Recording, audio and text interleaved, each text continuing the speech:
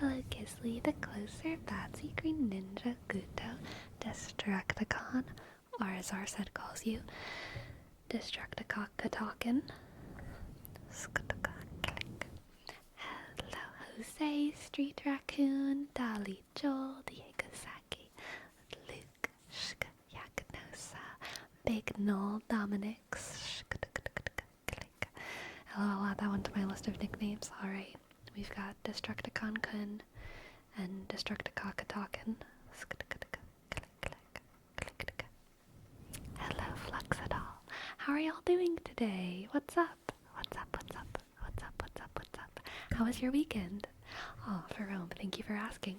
My weekend has been pretty mid, I would say. Not bad. Not bad.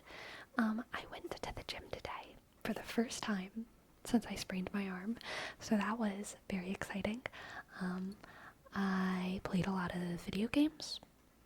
I recorded some stuff, as per usual. Can you reverse plank now? You know, I tested it last night, and it hurts to reverse plank. I can do it better than I could the last time I talked about it, but it's definitely like a stress position for my arm specifically, for sure.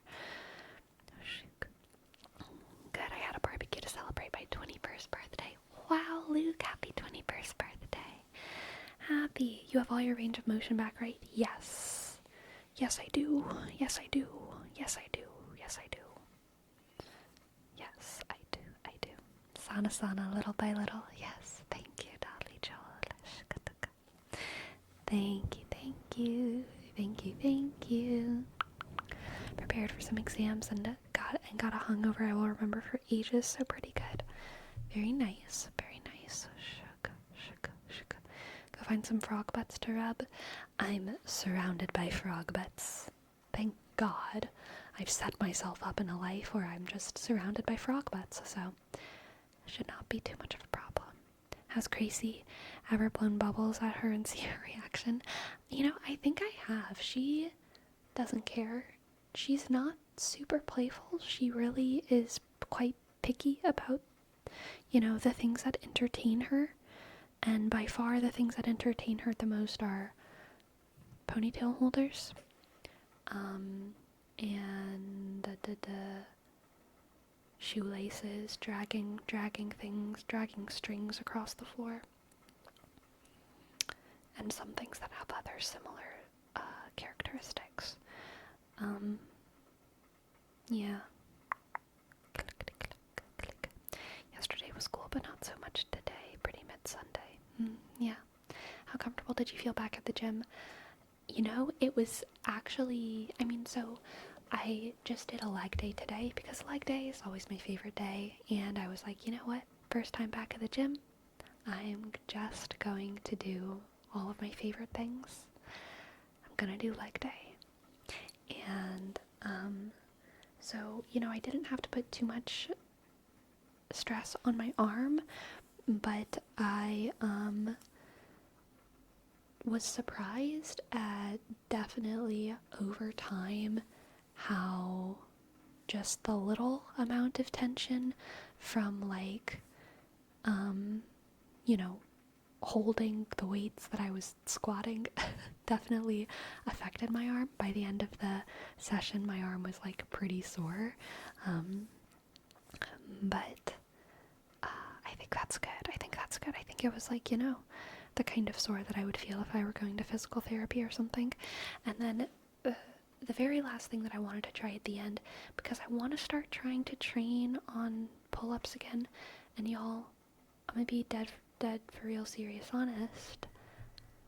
I am comfortable with the reality that I may never be able to do a pull-up because it's very possible that I just cannot ever do a pull-up because my arm strength has never been that good, and it's very, very difficult. And if I do ever do a pull-up, it means that I've probably been going to the gym consistently for 2 years, which is not really one of my character traits.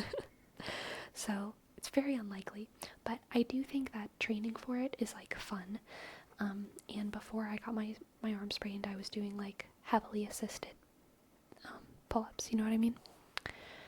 And so at the very, very end of my session, I didn't work on that, but what I did do was I just hung because I wanted to see how my arm felt hanging straight, you know, holding like half of my body weight. And it was actually fine, way less difficult than a lot of other things. It's much harder to be putting weight down on my arm than it is to just have my body weight pulling it straight. And so that was a nice kind of discovery, I guess. It seems like that's going to be something that hopefully I'll still be able to train. I'm sure, you know, actually pulling myself up will irritate it a little bit, this motion.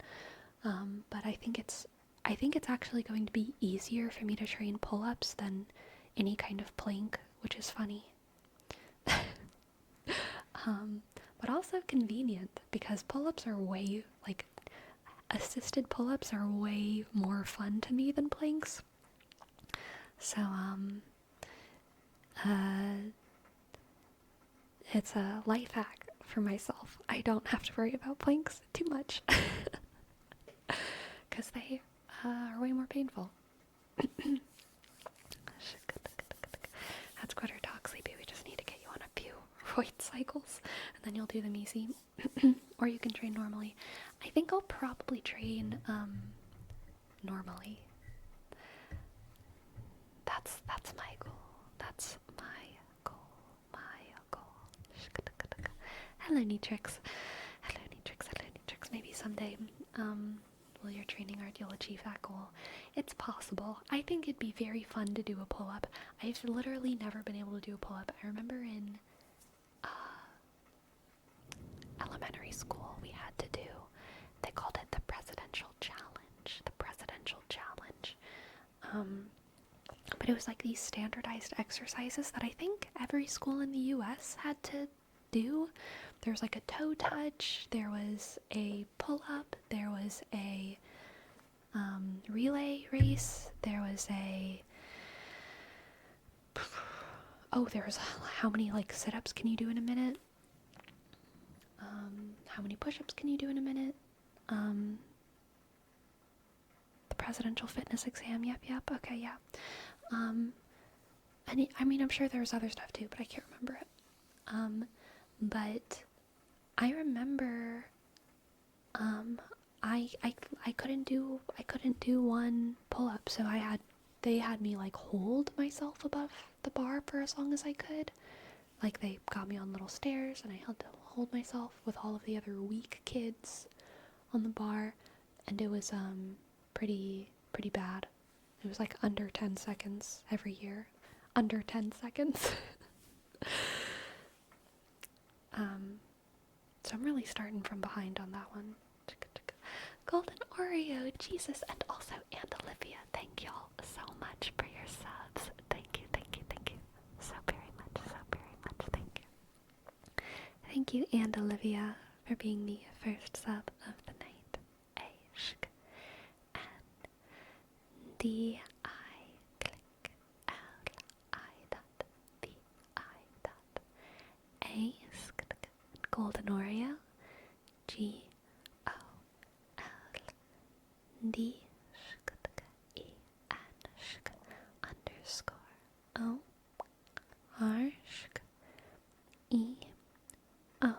Thank you, Golden Oreo. And Jesus X click J E E T shk U S S S X. Thank you.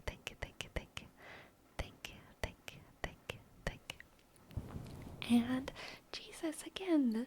Jesus. Thank you for gifting 2 more subs. Thank you so much. X J E E Z U S S S X.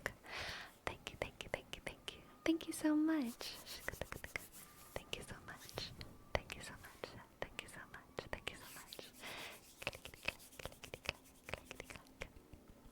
Thank you, thank you. And Olivia. And Olivia, thank you so much for the package that you sent. And Olivia sent me the sweetest little package ever.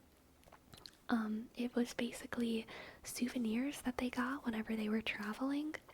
And it was like a whole little package, and there was a little note, and it made me so happy. It made me so happy, and Olivia. It was such a nice surprise. I actually have some of the books right here.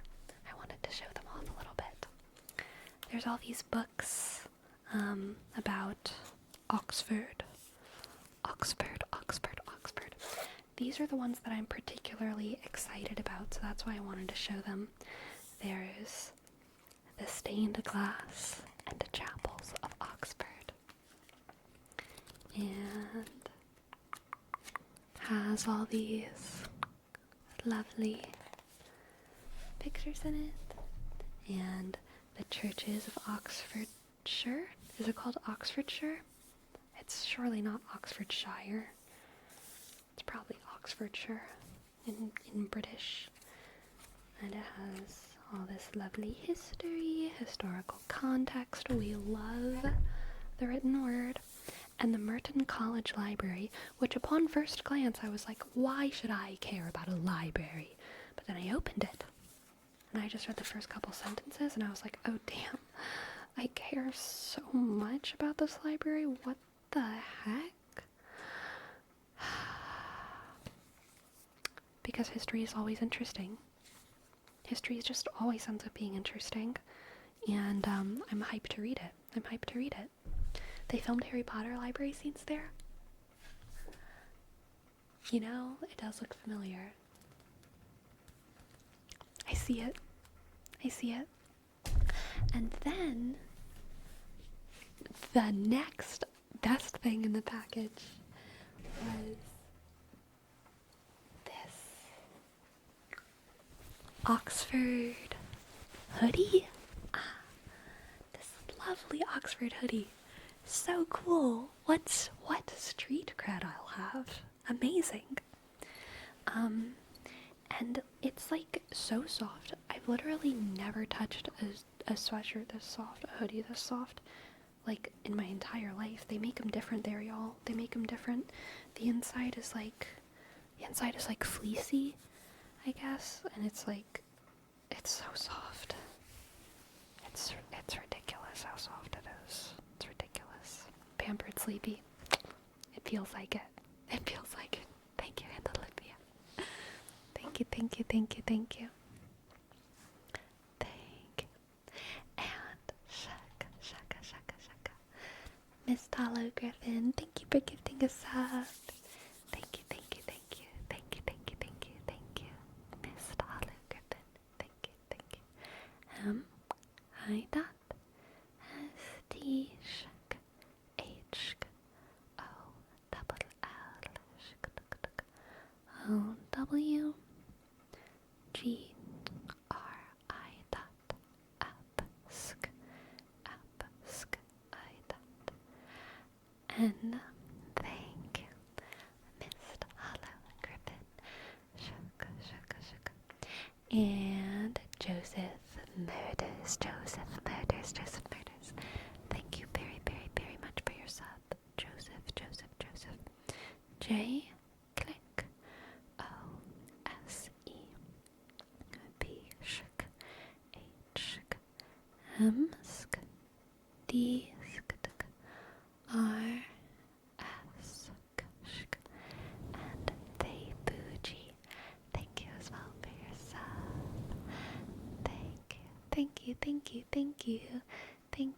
T click H Esk Y Apshk Usk J click I sk. Thank you. Welcome, Missing Faker. How does her voice just tingle? You're just imagining it. Missing Faker, you're just imagining it. It's all you. It's been you this whole time. It's all been happening inside of your head. But who is that to say that it isn't real?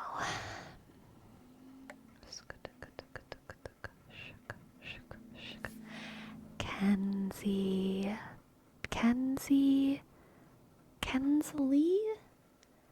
Thank you so much for gifting a sub. Thank you, thank you, thank you. Thank you, thank you, thank you. Thank you, thank you, thank you. Okay, click, click.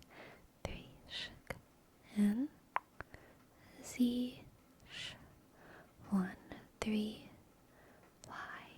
Thank you. Thank you, thank you, thank you, thank you, thank you, thank you, thank you, thank you, thank you, thank you. Thank you. Gotta shower and order food so I can be cozy watching all evening. Ah, that sounds like a lovely, lovely evening, Meatrix. Lovely, lovely, lovely, lovely. I think you missed a Kofi. Let me check, let me check. Thank you, Pheromones. Green Ninja, thank you so much. Thank you so much. Thank you so much. Oh my gosh, thank you so much for your $50 tip. I would love to give you a tarot reading. Yes, yes, yes, yes, yes, yes. I will get right on that. Thank you so, so, so much, Green Ninja. Thank you. Thank you, thank you, thank you, thank you, thank you, thank you. Thank you, thank you, thank you. Thank you, thank you, thank you. Good evening, Miss Sleepy. I hope you're having a good day. I'll post my word vomit later once I've sorted my thoughts on the matter. Very fair, Agan. Very fair. Da da dum da da da dum ba dum bum bum ba bum bum bum bum. Was there any? There were so many thoughts that popped in my head, but I can't remember any of them anymore. So we're just gonna do the reading for Green Ninja, and then we'll see where we are. Okay, we'll see where the brains are, where the brains are, where the brains are. Sleepy, how close were you today at the gym to what you were doing before the sprain? Did you feel like you lost a step maybe? So actually, no. I was so surprised. But leg day is my comfort day. I am positive I'm gonna go to the gym either tomorrow or the next day again. And, you know, I'm positive that my arms, I mean, I can feel that they've lost strength, like in just real life when I'm doing things. So when I do arm day, I know it's gonna be bad. I know it's gonna be really bad. I've been walking this whole time, you know, I've been doing leg stuff, so I really didn't lose strength. I feel like I kind of lost, like, fitness, you know, I, like, lost overall body vitality, I guess. But, you know, my legs have maintained their strength. Alright, you kind of cheated by doing legs, haha, but it's nice to start with what you're most comfortable. Yeah, and, like, honestly, again, like, I started with the hardest stuff, and, the hardest stuff for me is, like, free weight stuff, anytime I'm doing free weight stuff, and, during my squats, which I do with dumbbells, and then Bulgarian split squats, which I also do with dumbbells, that hurt my arm, like, pretty bad, and that was a big part of like, why I wanted to go and do leg day first, you know? I wanted to, like, see what things hurt my arm, and I didn't want to do that on an arm day. I wanted to do that on a leg day. You know what I mean? Because if too many things hurt, I could not pick up anything with my arm, plausibly. But I wasn't sure.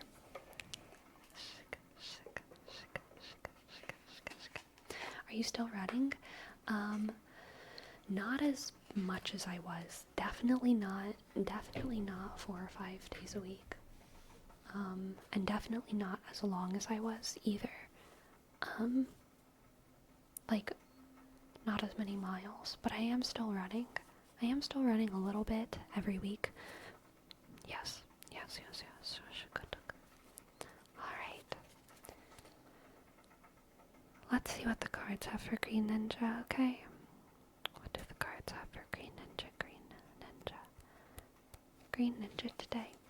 What do the cards have for Green Ninja? What do the cards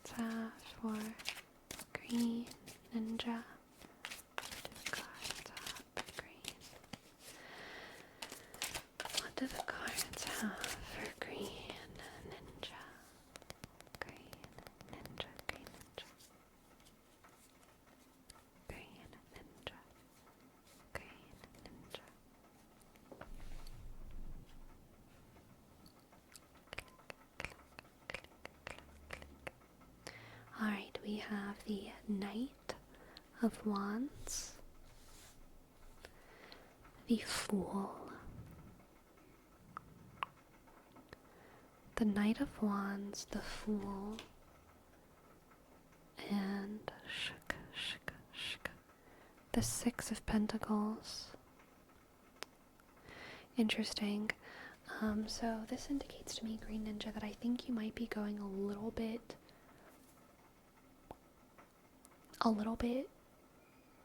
overconfidently into something, and you're going to kind of meet reality. And reality isn't going to be bad. I don't think you're going to be have your pride punished. I don't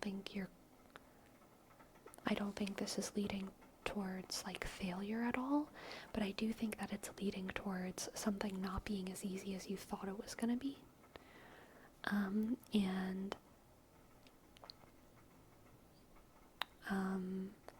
I think you're probably heading into something with a lot of optimism, and so it's not just oh, this isn't as easy as I thought it's going to be, but it's also more this isn't as good as I thought it was going to be. This isn't quite as beautiful as I thought it was going to be, as exciting as I thought it was going to be. It's not going to be as easy for me to spread my joy and passion and whatever as I thought it was going to be in this space. Yeah. Let's see what else we have. We have another 6. Oh wait, sorry, 4. Backwards. 4 of Wands, 4 of Wands. The Tower. Interesting. 4 of Wands, the Tower, and the 2 of Cups. 4 of Wands, the Tower, and the 2 of Cups.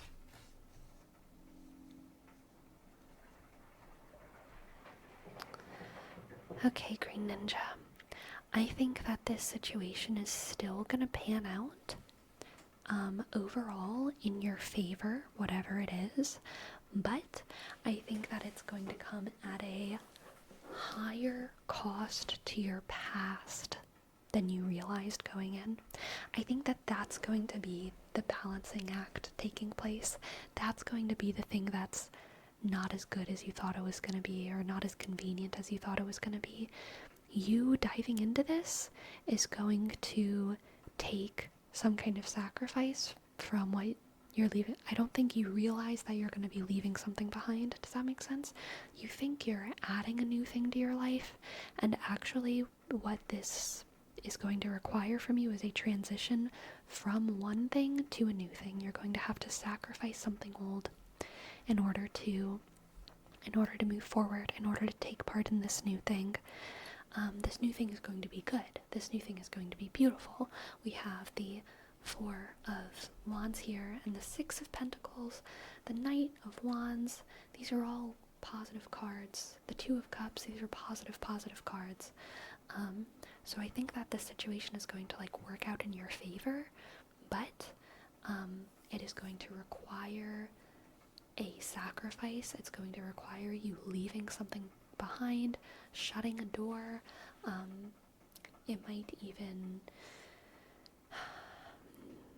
be something that's not in your control, if that makes sense, especially with the Tower. It could be that, you're trying to add a new thing to your life.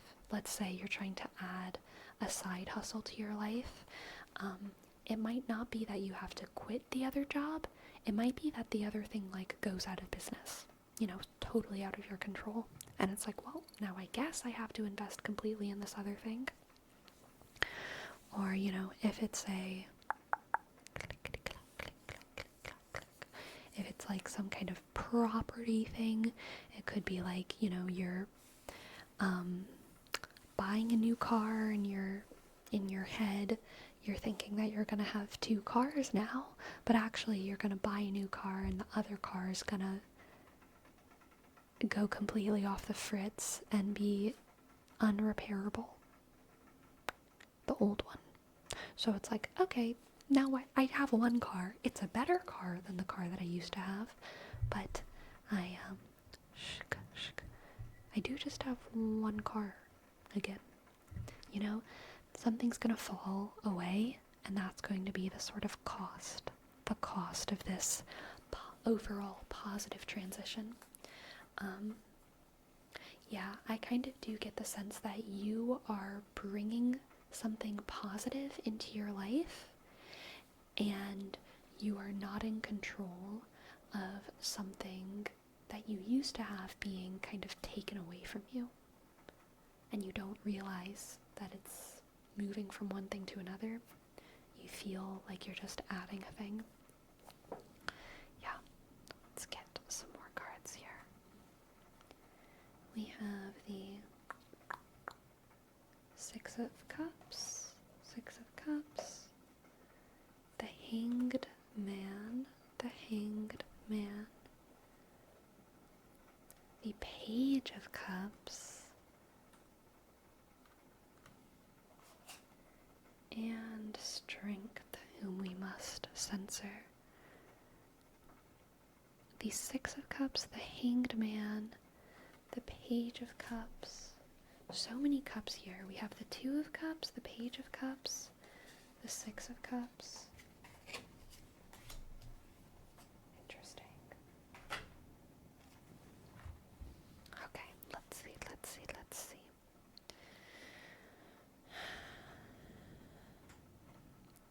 This new Six of Bunnies. Yes, absolutely, Bayfield. This new thing that you're accepting or that you are pursuing in your life, Green Ninja, I think it's going to be a thing that is full of very, very positive potential for your future. Okay?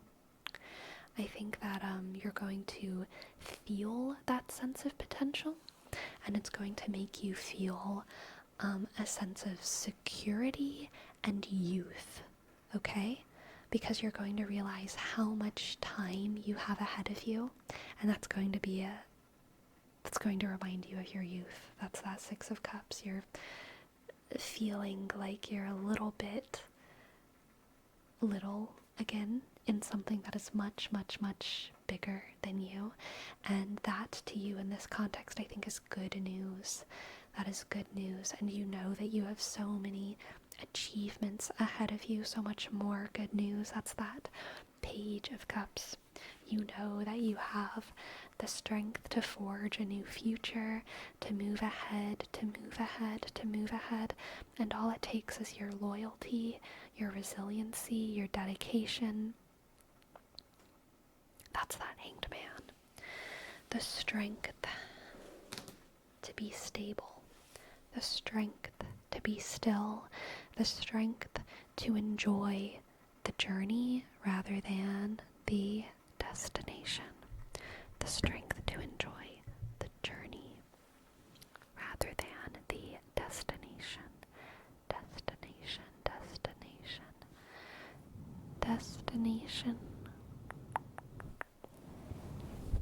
Let's get an oracle card for you too.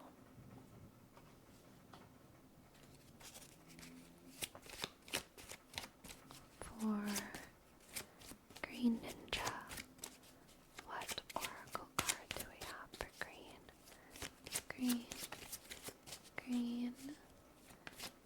Green Ninja?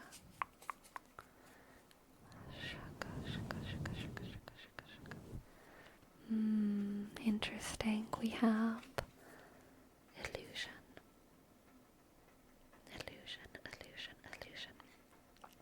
This, again, Green Ninja, is calling you to reckon with,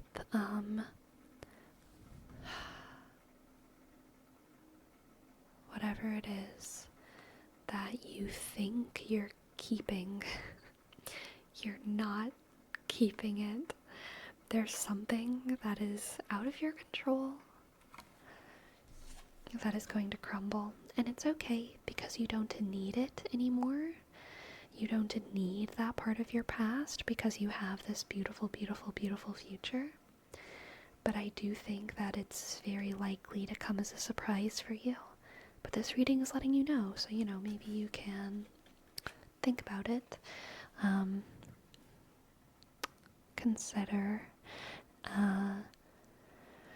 Consider what in your life might be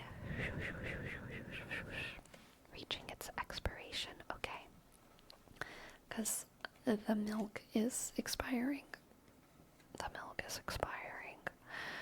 And you don't want to figure that out by, like, pouring it all over your cereal.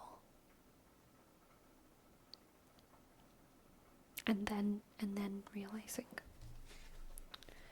So, thank you very much for letting me read for you. I hope that you enjoyed. I hope that you resonated. I hope that it resonated. And thank you so much for your tippity tip, shack, click. Zalaria, sha. Hello, welcome. Welcome, readers. Welcome, dreamlings. I hope you all had a wonderful stream. Thank you so much for the raid, Zalaria. Thank you. I really appreciate it. Thank you. For those who don't know, my name is Sleepy. And I make ASMR on Twitch and on YouTube. And that's what I do.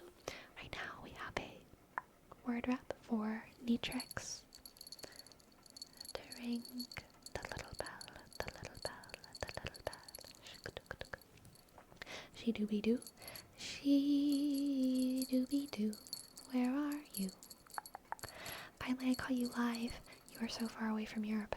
It's so true. I'm literally so far from Europe. It's crazy. Sleepy, I've always heard that the tower is a scary card, but I think you said that that not necessarily has to be a bad card, so I'm wondering, what does the tower mean by itself? The tower just means a surprise destruction, an unnatural ending. So it is often a negative card, because it is an unnatural ending. Surprise destruction. That's contrasted with death, which is like a natural ending.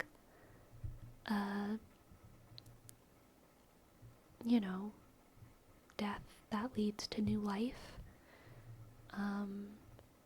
The tower is surprise destruction. Mispronouncing Ziliara.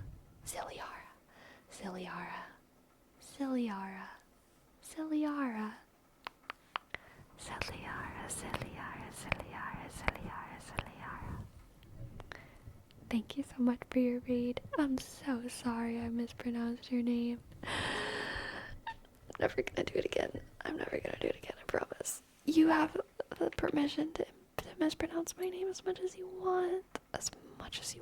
For eternity and forever. Also, everyone here has permission to. All of the raiders, all of the dreamlings, you have permission to mispronounce my name, call me an idiot, or like whatever. It's fine. I forgive.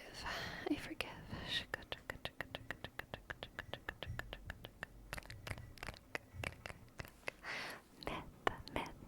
Thank you so much for gifting a sub to Ziliara.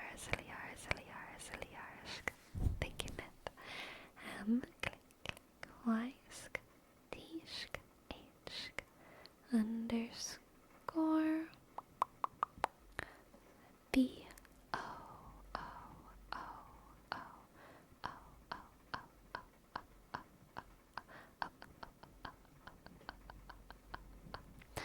So the unnatural ending could be something bad, could be of something bad too, making it part of a good reading in that case. Yeah, totally. The unnatural ending could be of something bad. It could also be an unnatural ending that may come as a shock and may lead to like initial turmoil, but lead to something greater. Phoenix rising from an ashes kind of story. There's a couple different ways that it can be read positively, I would say. And Myth, thank you as well for subscribing.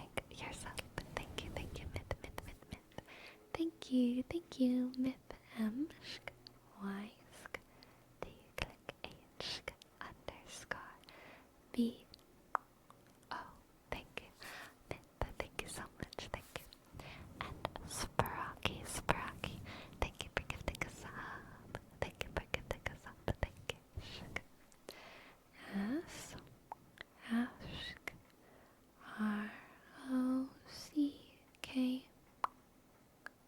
Y, shk, Y, shk, click, click, click. Sleepy, is that quiet sound the sound of the candle in the back? Because it's quiet but cozy. Yes, it is, it is, it is, it is, it is, it is, it is, it is. Shk. Now we have a name trace for Pyrosocial. P, shk, Y, R, O, S, O, shk, C, I, dot, A, L, 1. And Pherome. How would I mispronounce your name? Shk. There's a lot of people who mispronounce it. A lot of people say Pherome instead of Pherome. A lot of people say Pherome. I've heard people say that.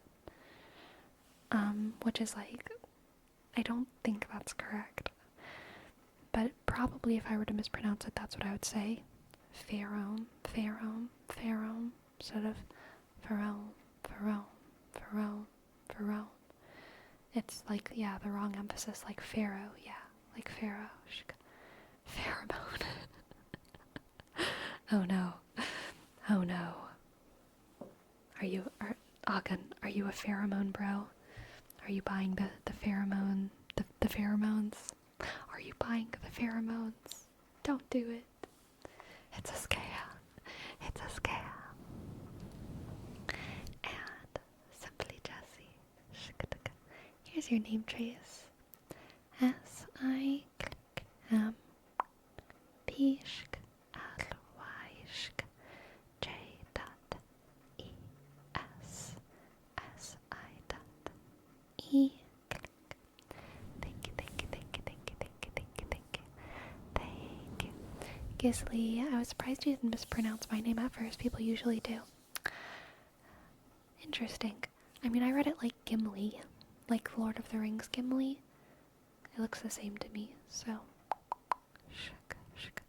Sleepy, do you think those work? The pheromones, if they work with animals, why don't they work with humans?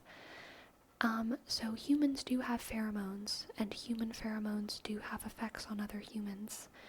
Pheromone perfumes are not complex or effective in the same way that like actual organic pheromones are. They're either in too small amounts or the actual substance isn't comparable. It's kind of like how so I don't know if this isn't a one-to-one analogy. This is an analogy in effectiveness. This isn't an analogy in the sense that like the science works the same way, okay? A lot of like probiotic drinks or yogurts have like natural cultures, and that is totally like cool and good. A lot of like sourdoughs, kombuchas have like natural cultures, very cool, very, very good.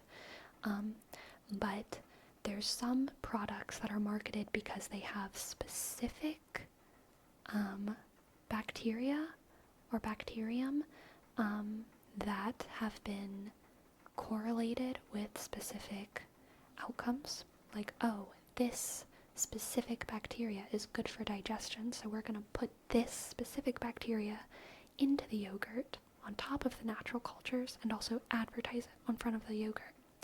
It's not that it's pseudoscience, because it's not pseudoscience. There have been studies on specific bacterium that have specific effects, but we have only like identified like a tenth of a percent of the bacteria that live inside of our bodies. So to say that we've pulled out this one bacteria and that we can put it in something and that it'll have a desired effect is like, it's like a massive leap of logic. It's assuming so much. I think the pheromone science is similar. It's like, it's not technically pseudoscience. There is science behind it that is real, but so little is known about actual human pheromones. They're very difficult to study from what I understand. Or maybe it's just that they haven't been studied as much as they should be. And so because of that, kind of like manufacturing effective pheromone perfumes is like we don't know enough to manufacture them effectively because the science isn't precise enough, even if the science is real. I hope that makes sense.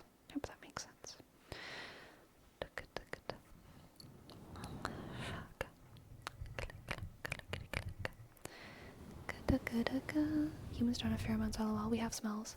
We do have pheromones, but they don't have smells. We have pheromones and smells, from what I understand, right? Pheromones don't smell like anything.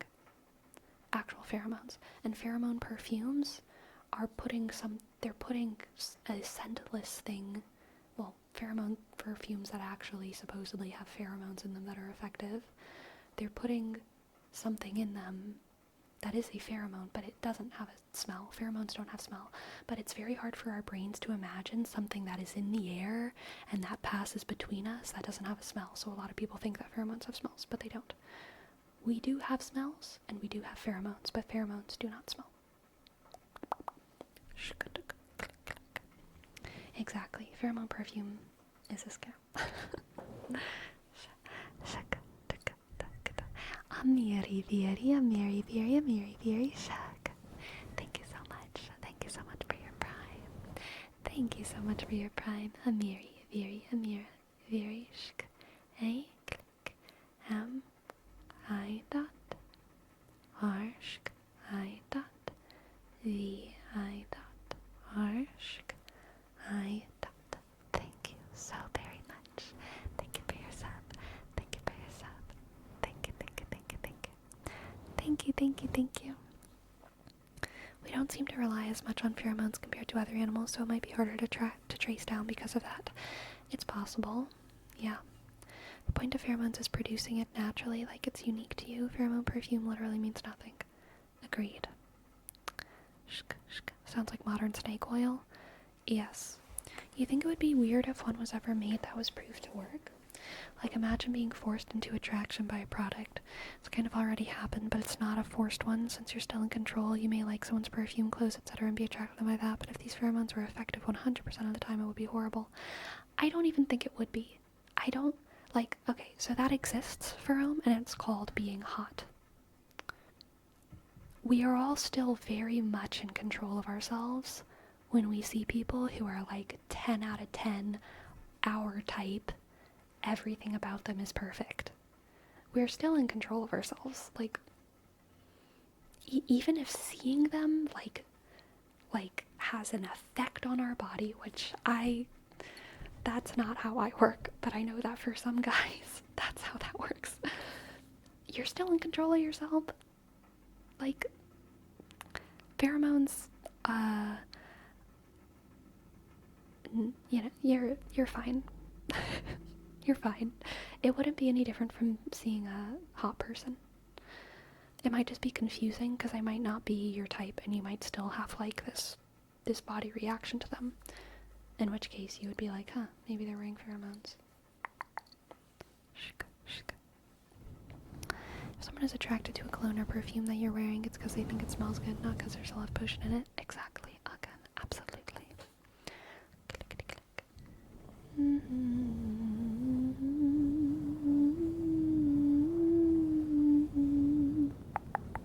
But you're still attracted by decision because they're your type. They could be someone that you know is 10 out of 10 but may not be your type, so it's not the same, at least in my opinion. I know there are girls that may be really nice looking, but doesn't do anything for me because they're just not my type. Okay, interesting. Love scientists argue on how much physical traits impact the social construct aspect of it also needs to be included when talking about human love. Yeah, we're not even talking about love, right? We're just talking about, I don't know. We're talking about boys. We're talking about boys, not love.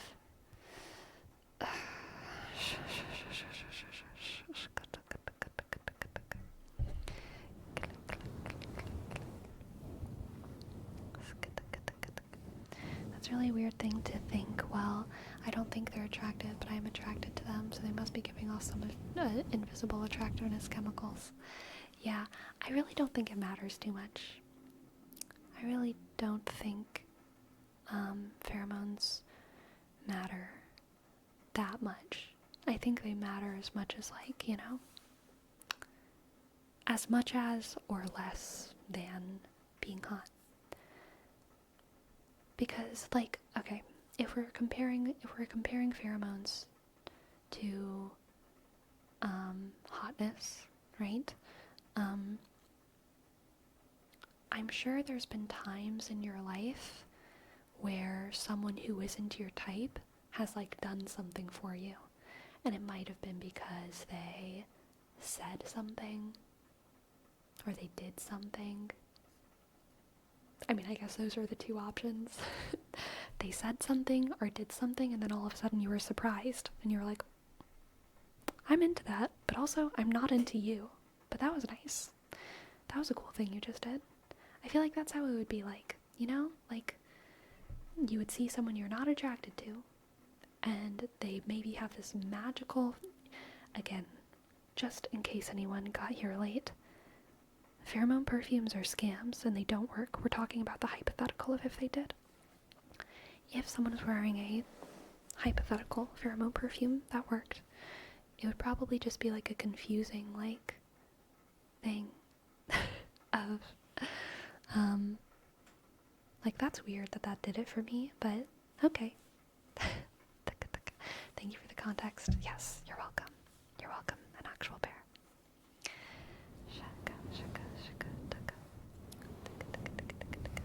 I like the way you saved that puppy from a burning building. Yeah, for real. For real. Once I saw someone, like, organize this chaotic mass of people into a single file line, and I was like, oh my god, am I gonna get married to this person right now? It was amazing. That did it for me so much.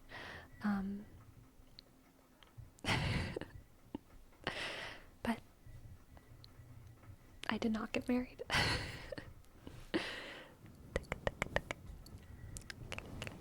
Sleepy, you're saying that if you see a 10 out of 10, it does nothing for you? If I see... Okay, so first of all, I just don't... I don't see 10 out of 10s.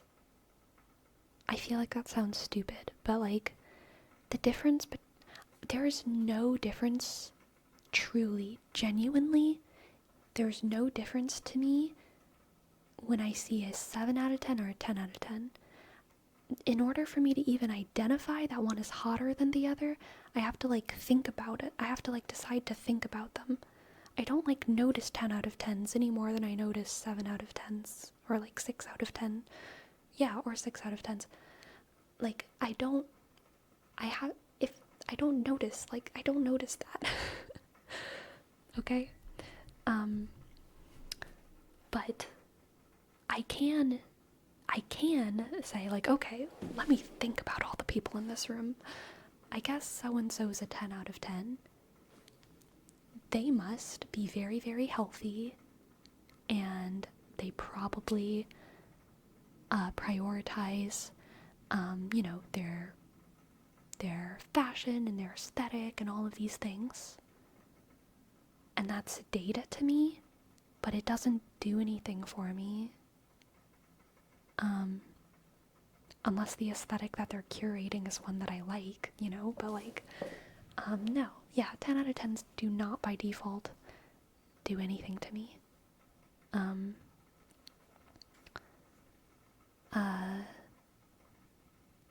By appearance. Whenever I'm like randomly attracted to people in public, it's usually because of something that, it's always because of something that I see them do or because of something that I hear them say. Always. Always. And after that, I will notice how they look and I'll be like, what do you look like? But if I'm already there, then I'm not looking for a 10 out of 10. I'm looking for, anyone who looks like decent. It doesn't matter. We can identify who is attractive and recognize it, but that doesn't mean you're attracted to them. Exactly. I can look at a muscular dude and say that guy's attractive without being attracted to them. Yeah, totally. It's also subjective. Truly, truly subjective. You're looking for what's wrong with you. I need to notice what your downside is. Yeah. Honestly. But also, like, I'm gonna be real, I honestly don't perceive the world in that way either, which is probably part of why I, like, don't really date. I just, I don't go into the world thinking about who's available and, like, whether or not I want to be available for them. That's, like, just not how my brain works in public. I'm mostly thinking, like, I hope I don't bother you. Like, I don't know. It's just my brain doesn't work that way.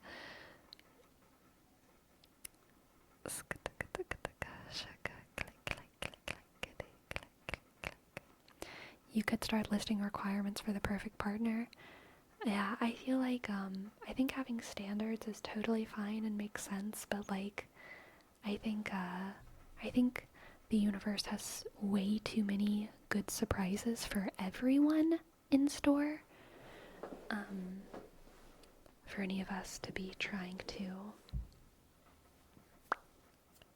manifest the pinpoint perfect partner, you know what I mean?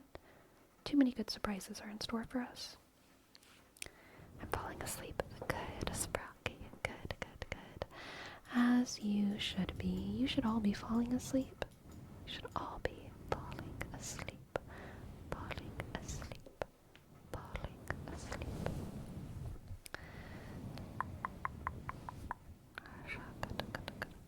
Is it called demisexuality, where someone only sees another person as attractive after getting to know them and forming an emotional connection?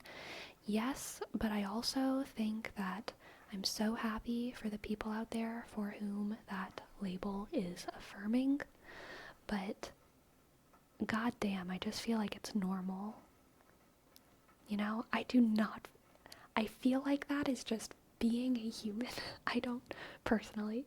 That is how I am. And maybe I'm demisexual, but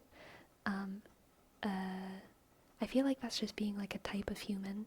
You know how like some people, okay, actually good analogy here. This is how I am with food as well, okay?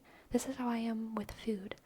I am, if someone asks me if I'm hungry and then they say, what do you want to eat? After I say I'm hungry, 100% of the time, no matter what my body, mind, no matter what my body, tongue, whatever, taste buds, like, no tastes good or bad or is high quality food or low quality food, I will always gravitate towards what is familiar. Always, 100% of the time. I don't think that makes me that gives me like I don't think I need a label for liking familiar food more than unfamiliar food.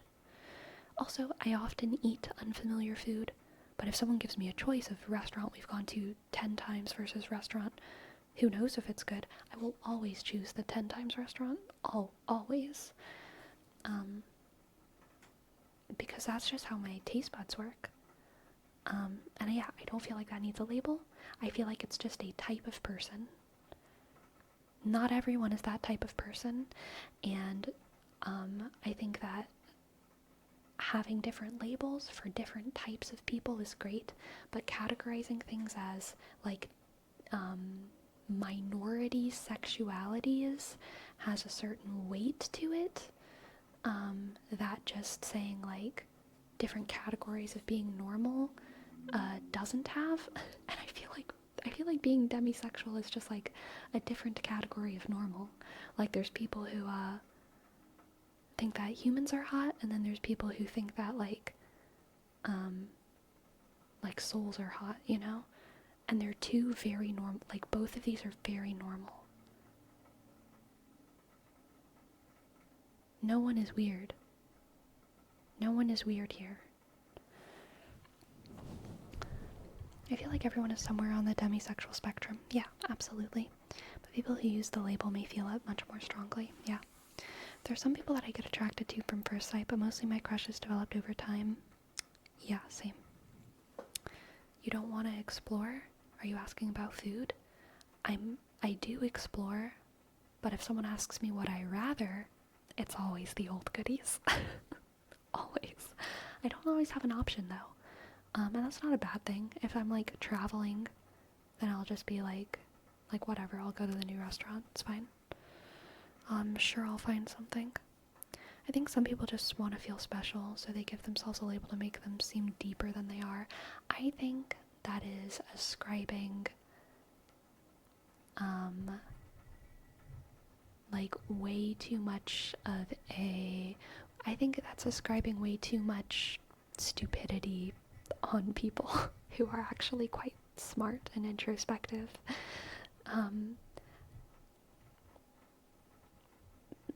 So I do not think that. I think that might be the case for like a couple people, sure, within every single label. Sure, some people just want to feel special, but I think that most people, most adults, are not stupid, and they have very good reasons for choosing the labels that they choose. But I do not have a good enough reason to give my sexuality any kind of name, because I wouldn't be doing that for me, so I'm not gonna do it at all, frankly.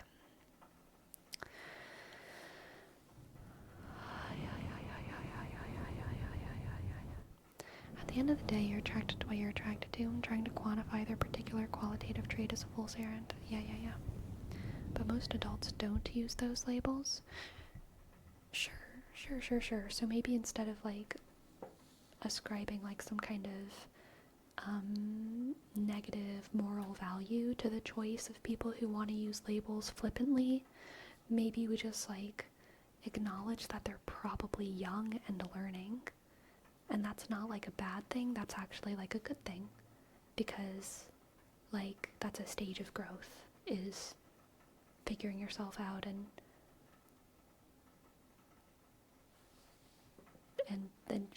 you know, doing what you do when you figure yourself out. It is always chaotic. It's always a chaotic mess. So long as you're learning and keeping an open mind. Right, exactly. That's so much how I've always felt. I am who I am and don't feel the need to categorize it as long as I understand it. Like being told I'm demisexual, cool, but not a necessary label. Yeah, Golden Oreo. There's been a lot of people who've tried to convince me that I'm some kind of sexuality, and it's always just like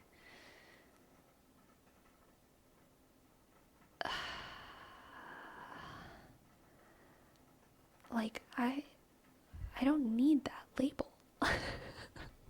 You want to categorize me right now, but like I just don't. Why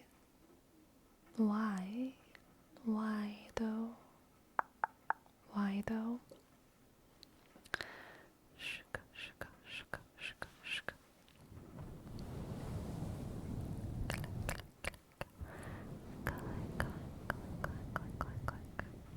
That's probably why there's so many labels out there. People different in a million different ways. Exactly, Gisley. Exactly. JD Keith, thank you for gifting a sub. Thank you for gifting a sub. Thank you. J click A Y sk D E E K shk E click E shk T. Thank you so very much. Thank you.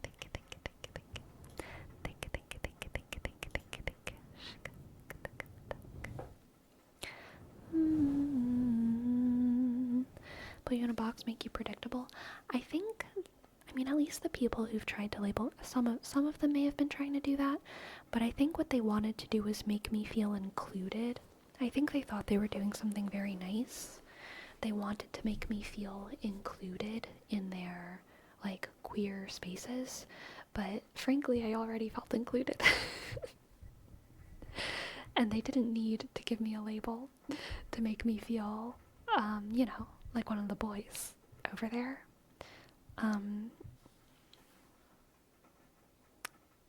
So it was fine. It was really fine.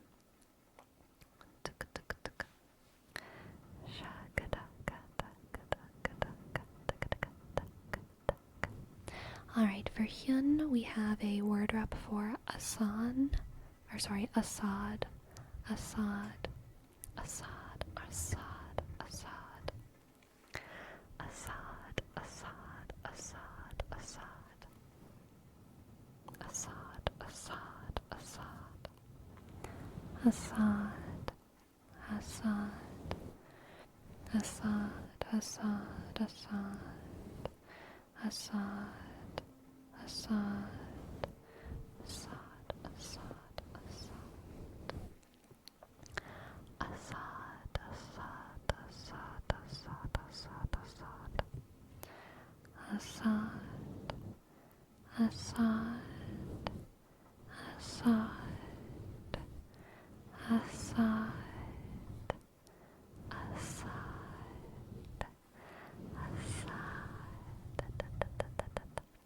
And a name trace again for Kensley.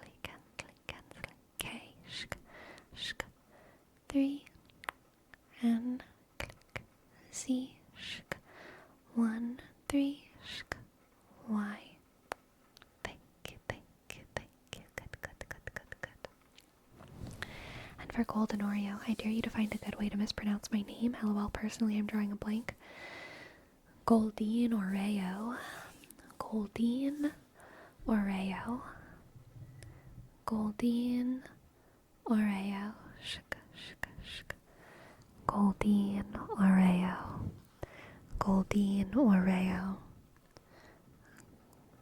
Goldine Oreo. Shk. And peanut butter pumpkin party. Here's your name, Trace. Peanut butter pumpkin party. P, shk, E, click, A, sk, N, U, T, shk, B, sk, U, sk, double T, shk, E, R, shk, P, U, P, M, P, shk, K, click, I dot, N, P, shk, A, R, sk, T, click, Y. Thank you. I'm going to turn up my brightness a little bit.